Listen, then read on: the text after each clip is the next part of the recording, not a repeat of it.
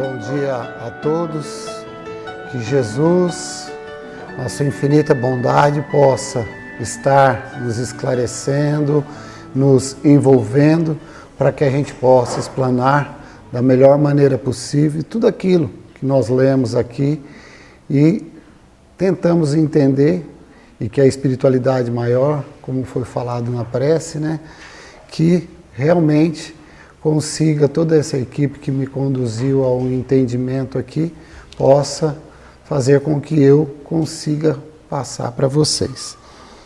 Bom, eu vou começar aqui o capítulo 17 do livro O Mundo Maior, e intitulado como Linear das Cavernas, pelo espírito André Luiz, psicografia de Francisco Cândido Xavier. Nesse capítulo vai ser comentado 4 nomes, certo? Eusébio, a Cipriana, o André e Calderaro. Os 4 que vão estar aqui atuando. A equipe, mas que não tem um nome próprio, Ninguém fala da equipe. O Eusébio, a gente conhece ele do capítulo 2, certo? Que é a preleção de Eusébio, e conhecemos ele no capítulo 15, apelo cristão, Também voltamos a conhecer ele. E conhecemos Cipriano naquela lindo capítulo também, no capítulo 5, o poder do amor, que ela vem nos mostrar também um amor muito grande, E isso tudo ela vem demonstrar um pouquinho mais aqui para nós também, desse amor, desse entendimento, desse jeito de lidar com as pessoas. André começa narrando aqui da seguinte forma: reunidos ele, Calderaro e ele, a comissão de trabalho socorrista que operaria nas cavernas de sofrimento, que ele foi surpreendido ali por irmã Cipriana, que chefiava as atividades dessa natureza. Ele fala que constituía ali a equipe ali, eram 7 ao todo, Avistando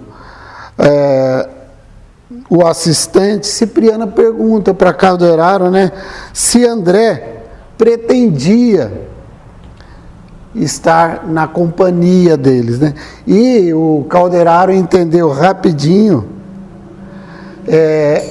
o comentário de Cipriano, E aí ele já foi dando a justificativa por que o André estaria ali, Ele esclarece que Eusébio, o instrutor Eusébio, naquele segundo capítulo, quase no finzinho, Eusébio fala para Calderaro, não esquece de levar o André até as cavernas lá, que lá ele vai ter uma surpresa. Primeiro, nos trazendo aí, quem já foi até o fim do livro, nos trazendo aí uma preparação já para André ter,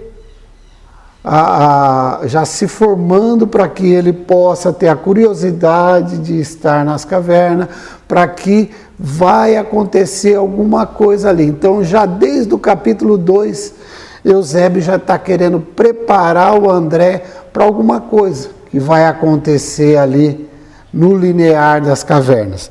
Mas aqui, Cipriano, então, o Calderaro passa para Cipriana tudo que Eusébio falou para ele levar o André até o abismo ali, purgatoriais, purificadores ali, E esclareceu que o André tinha intenção de ver o que estava acontecendo ali nas esferas inferior para relatar para nós, os encarnados, a fim de nos auxiliar na preparação necessária à ciência do bem viver. Bom, se ele está lá para nos passar alguma coisa, nós precisamos ficar muito atento no que ele vai passar para nós, né? Ele vai passar o quê? A ciência do bem viver aqui, para que nós não vivemos equivocado, achando que estamos no caminho certo, pensar direitinho sobre tudo isso, para que nós possamos não errar o suficiente para estarmos numa caverna dessa, certo? Então, aí a diretora bondosa, né, objetou, respondeu ali para o Calderaro, né? Sim, a sugestão de Eusébio é valiosa, se tratando de observações preliminares do baixo umbral. Já sabemos que umbral é uma região sombria, com inferiores, né? Com inferiores, mais baixas. André Luiz vai nos desenhar como que eles vão chegando lá para a gente ver exatamente o que é. Mas aí ela fala, mas eu como responsável, porém aos serviços diretos da expedição, não posso admiti-lo por enquanto em todas as particularidades, né? Negando que André ali passa por ambientes que ele não está preparado. Deixa eu ver aqui que já deu uma zica aqui.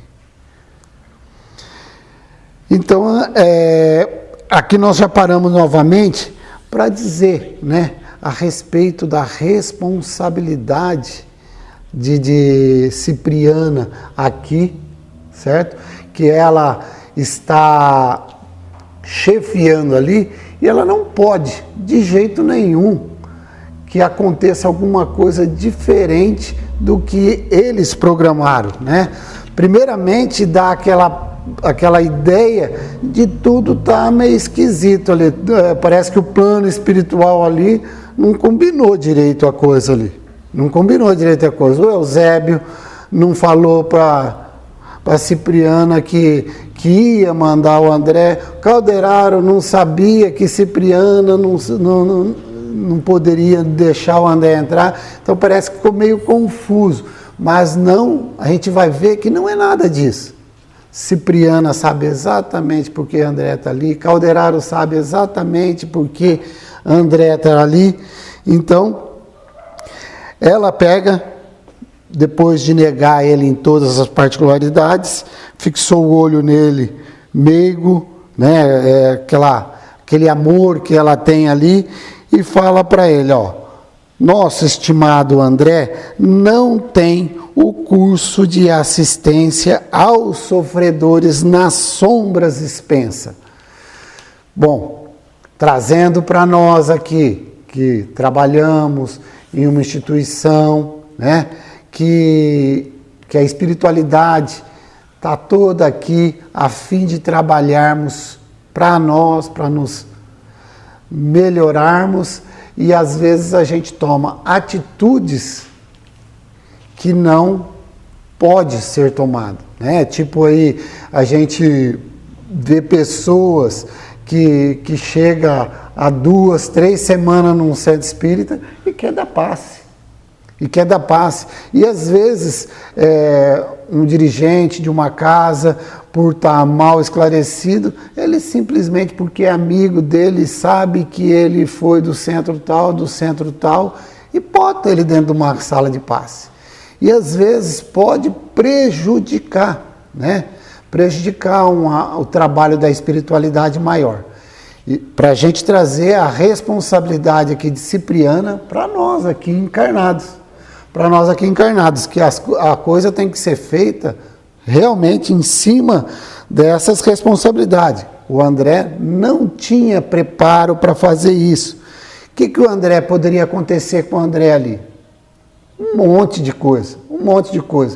Ele descer no abismo lá junto com eles e dar mais trabalho do que as pessoas que estão lá.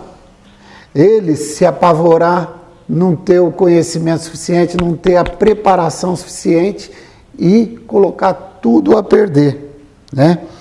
Mas ela afagou ali ele carinhosamente e explicou para ele, ó, falou que É-nos indispensável obter difíceis realizações preparatoriais a fim de colhermos o benefício das grandes luzes. É-nos imprescindível a iniciação para ministrarmos esse mesmo benefício nas grandes trevas. Então ela tem que ter o domínio ali. Não é só conhecer a grande luz e lá no umbral ela tem que usar essa mesma luz com moderação ali nas grandes trevas para não colocar tudo a perder, né? Mas o André mesmo assim ficou desapontado com tudo isso, mas a respeitável benfeitora disse para ele, no entanto, convenhamos que nosso irmão não se encontra junto de nós sem problemas substanciais a resolver. Cada situação a que nos conduzimos é portadora de ocultos ensinamentos para o nosso bem. Os desígnios superiores jamais nos propõem questões de que não necessitamos na área, no palco da circunstância. Se Eusébio foi levado a sugerir esta oportunidade, é que André tenha nesse sítio urgente serviço a prestar. Considerando, porém, as responsabilidades que me cabem, não posso autorizar que nos siga a todos os passos. Bom, agora a gente vai nos pegarmos aqui a isso que ela falou a respeito de que aonde a gente estiver, ali nós temos que colher da melhor maneira possível tudo que está nos acontecendo. Porque a Cipriana falou aqui que se o André foi conduzido lá, é porque ele tem alguma coisa para resolver ali. E em todos os momentos, nós temos alguma coisa a resolver aonde nós estamos. Problema surgiu, é porque nós temos que resolver aquele problema, né? Os palestrantes falam, né? A gente acha estranho quando a gente está num problema, porque é uma coisa nova, uma coisa que a gente não enfrentou, né? Então a gente acha uma dificuldade grande. Mas, a hora que nós vencermos essa dificuldade, nós já estamos no degrau de cima. Então é isso que eu captei aqui, nesse momento aqui. Contudo, ela convida Calderaro para permanecer junto com o André Luiz, nos linear, nas proximidades da caverna. E ela fala que ali mesmo tem muita coisa para o André estudar só ali nas beiradas da caverna ali, que aquilo ali vai ter um trabalho inesgotável ali para ele, material inesgotável para ele observar e trazer alguma coisa de bom para nós aqui no plano terrestre, sem precisar entrar em situações embaraçosas a quais ele não se preparou convenientemente para estar enfrentando, que seria lá dentro da caverna. Bom, a partir desse momento que ela deu essa linha aí para André fazer, resolveu tudo, foi solucionado, a alegria voltou ali confortador, ele ficou contente, Calderaro também ficou reconhecido por isso, e ele me fala uma frase aqui que eu achei muito legal para que a gente vista em nosso dia a dia, né? E no júbilo dos trabalhadores que regozijam-se, que se contentam com o ensejo, com a oportunidade de incessante aprender para o bem, seguimos.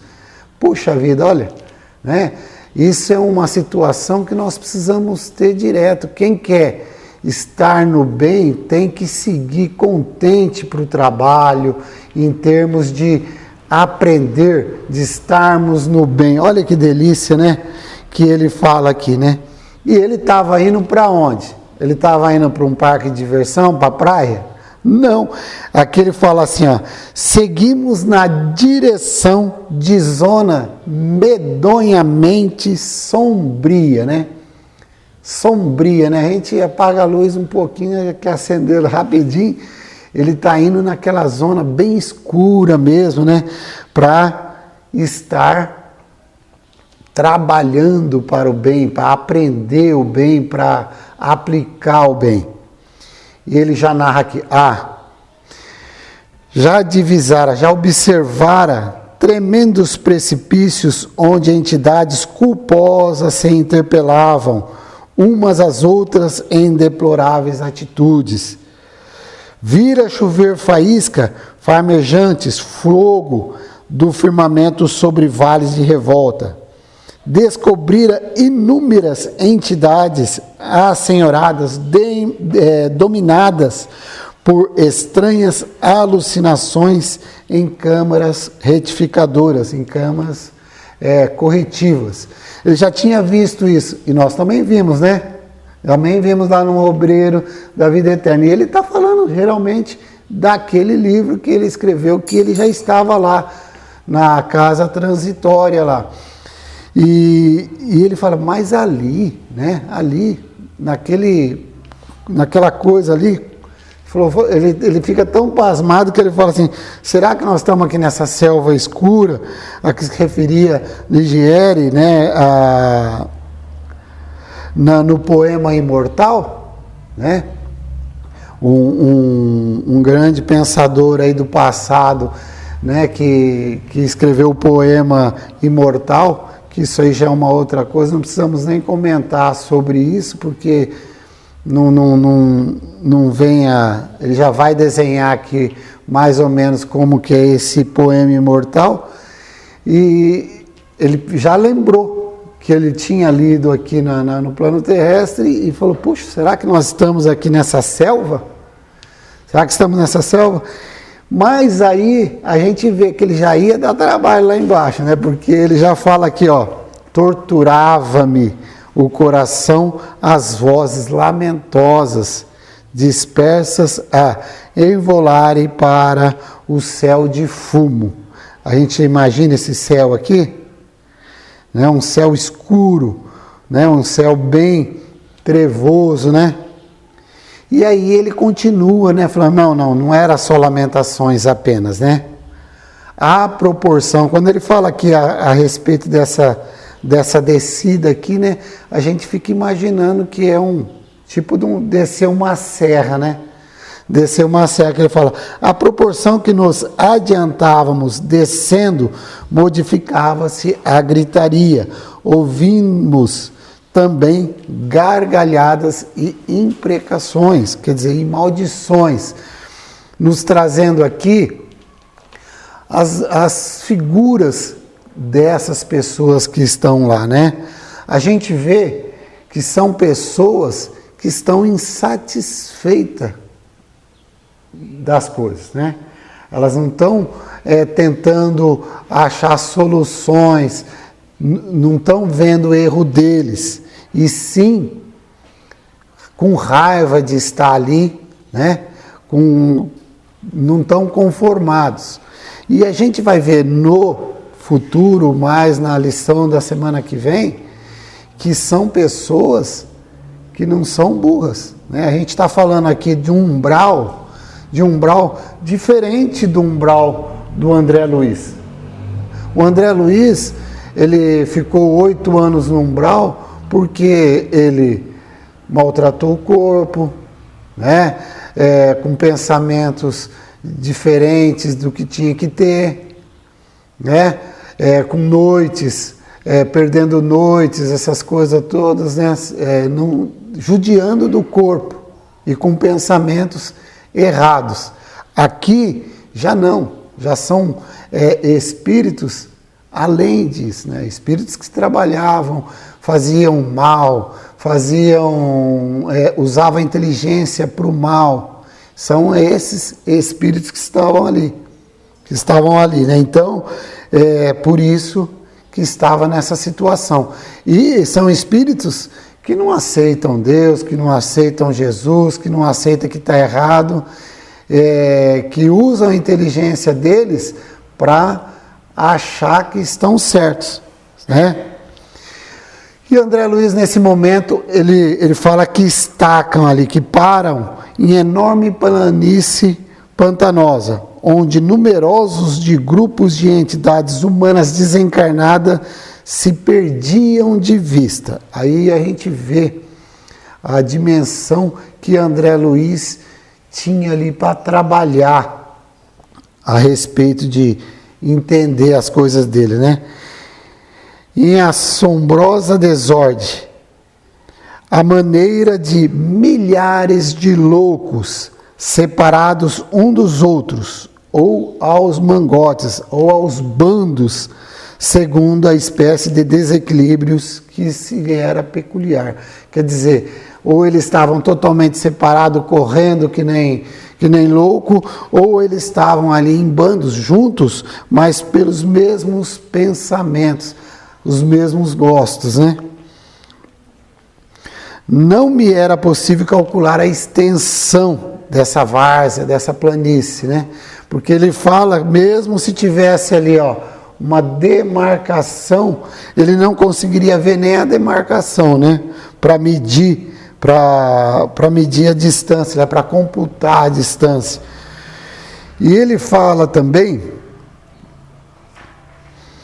que eles percorreram alguns quilômetros e aí começou a descida novamente. Foi ali, né, que Cipriana despede deles e fala que depois de 6 horas eles iam voltar para pegar eles novamente.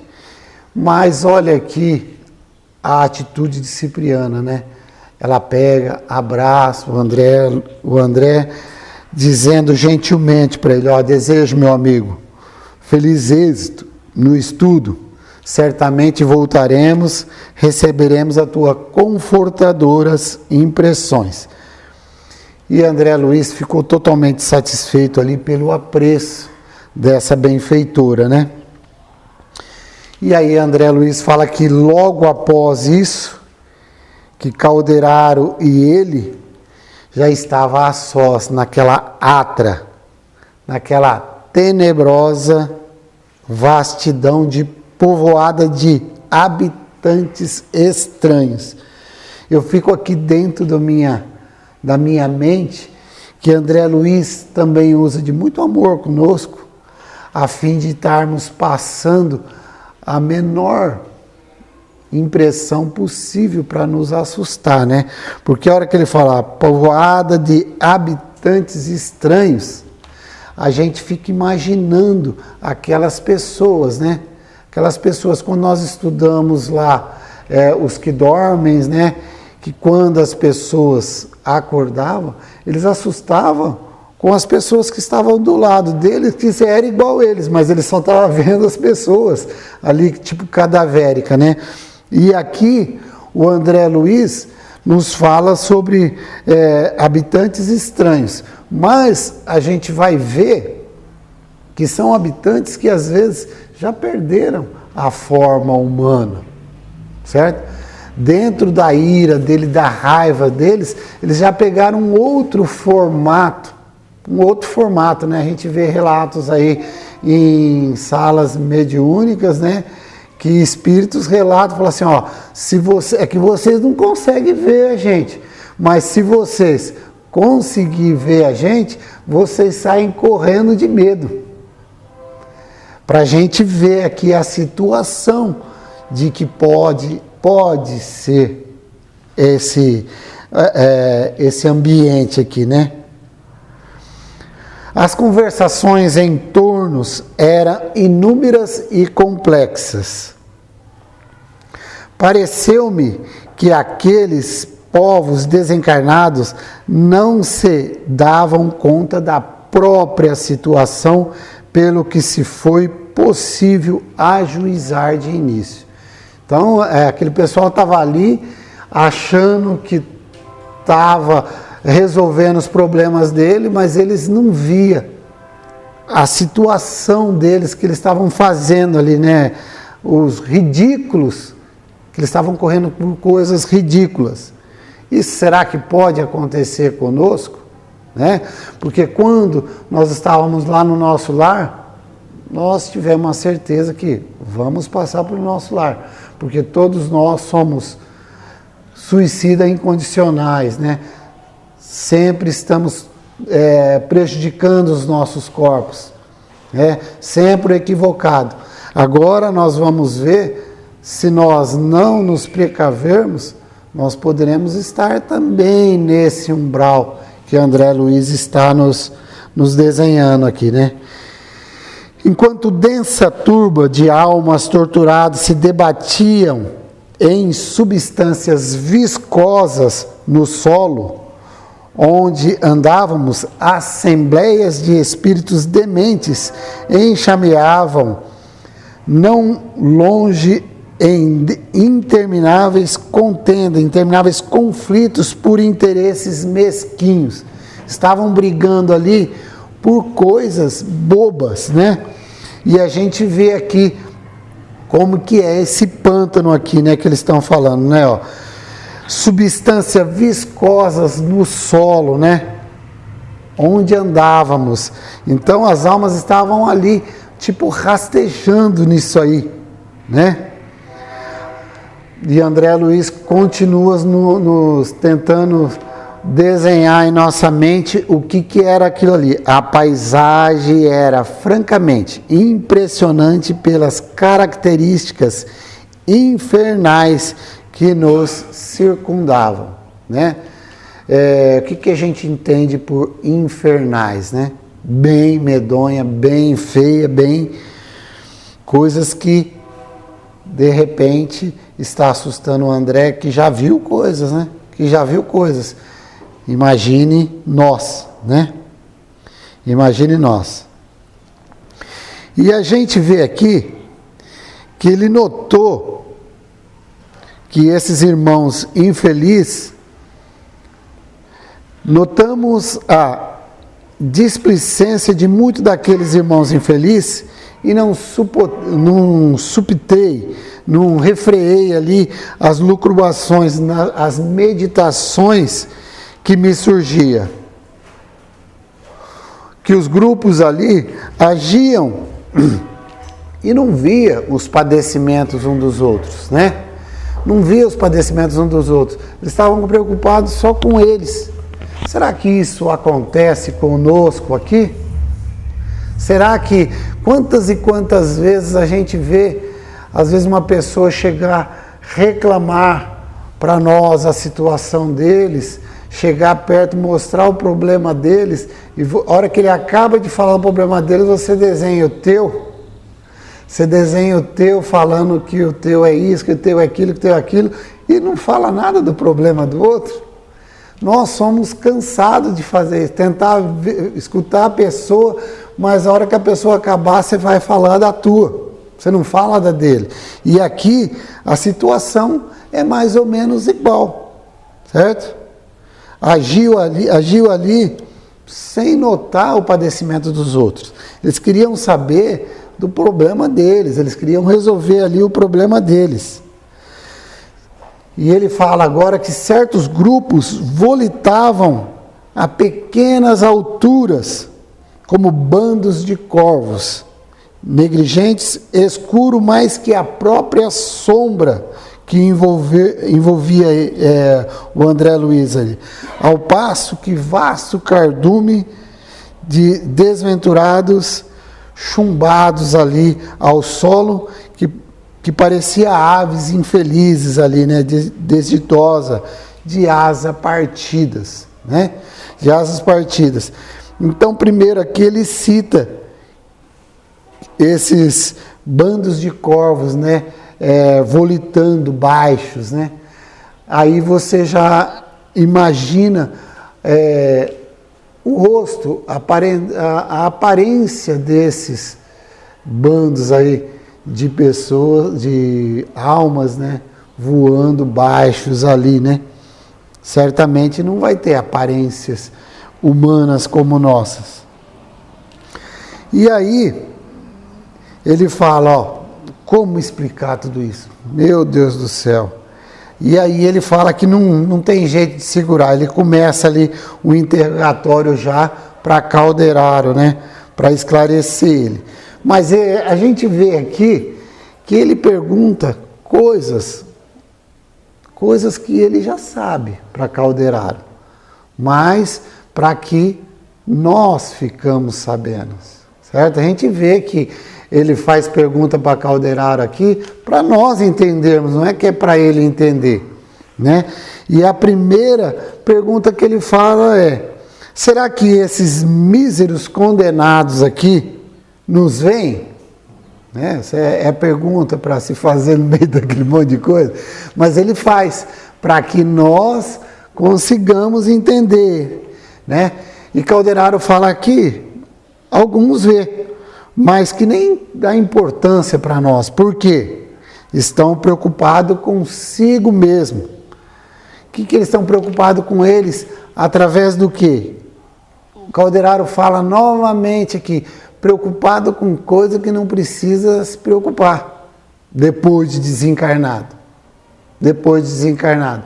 E ele fala aqui, ó, abrigaram no coração sentimentos rasteiros, coisas que, tudo bem, pode ser que no plano terrestre tinha importância, mas quando você desencarna, não tem mais importância, né? E uma coisa que ele fala aqui, ó, e tardarão em se libertares deles, certo?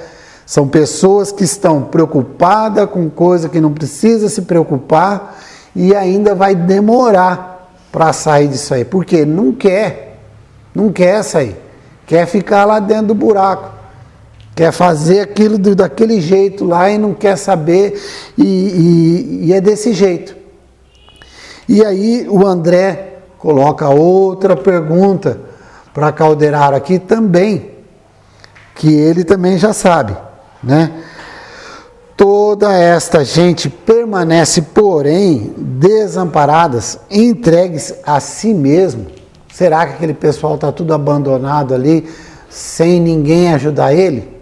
O André Luiz, que já trabalhou em vários lugares, socorrendo pessoas, né? Mesmo lá na casa transitória, o que eles foram fazer lá? Buscar Gregório lá de baixo, ele, Luciana, né? Que a gente lembra muito. Então, tudo isso ele já sabia. E nós também, agora que estudamos Obreiro, também sabemos. Mas ele vem nos reforçar tudo isso aqui, certo?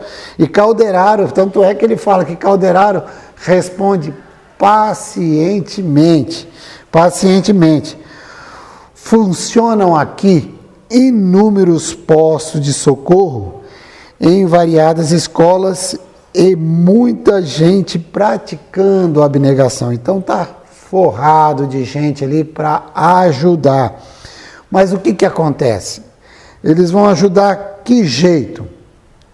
Os padecentes e as personalidades torturadas são atendidas de acordo com as possibilidades de aproveitamentos que demonstram, certo?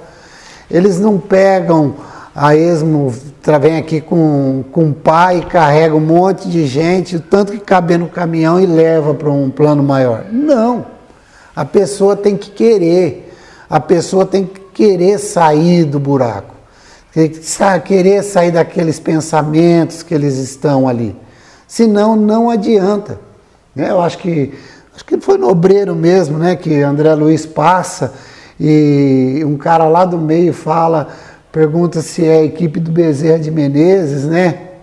E André Luiz quer parar e salvar e fala, não. É a mesma coisa de levar lá, eles vão querer voltar para cá, porque é a mesma coisa você pegar uma pessoa que gosta de estar no boteco e trazer ele num centro espírita. ou numa igreja, ele não vai ver a hora de acabar a igreja para voltar para o boteco, né? Aquilo lá vai se incomodar, ele vai incomodar quem está ali. Então, é a mesma coisa que acontece aqui. Não adianta, a pessoa tem que demonstrar que ela está com vontade de sair dali, certo? E ele fala aqui a respeito disso, né? Que ele estampou um placente de compreensão no rosto e considerou: as regiões infelizes jamais estão sem enfermeiros, sem mestre, porque uma das maiores coisas, maiores alegrias dos céus é esvaziar os infernos, né? Mas tem que ser esvaziado na forma correta, não é tentando enfiar na cabeça da pessoa que nós vamos conseguir tirar ele do marasmo, e sim explicando, trazendo ele à razão e pegando as pessoas que querem, né? Jesus mesmo falava, né? Ó, quando a pessoa não quiser escutar, bate a sandália e vai atrás de pessoas que querem, né? Não adianta você ficar perdendo tempo, né? Na Boa Nova ele fala também, né? Falou assim, ó, não se colhe uvas em abrolhos, né? Não tem jeito de você, num espinheiro, tirar a fruta. Você vai só se arranhar. Então, é isso que Calderaro fala para André aqui, né?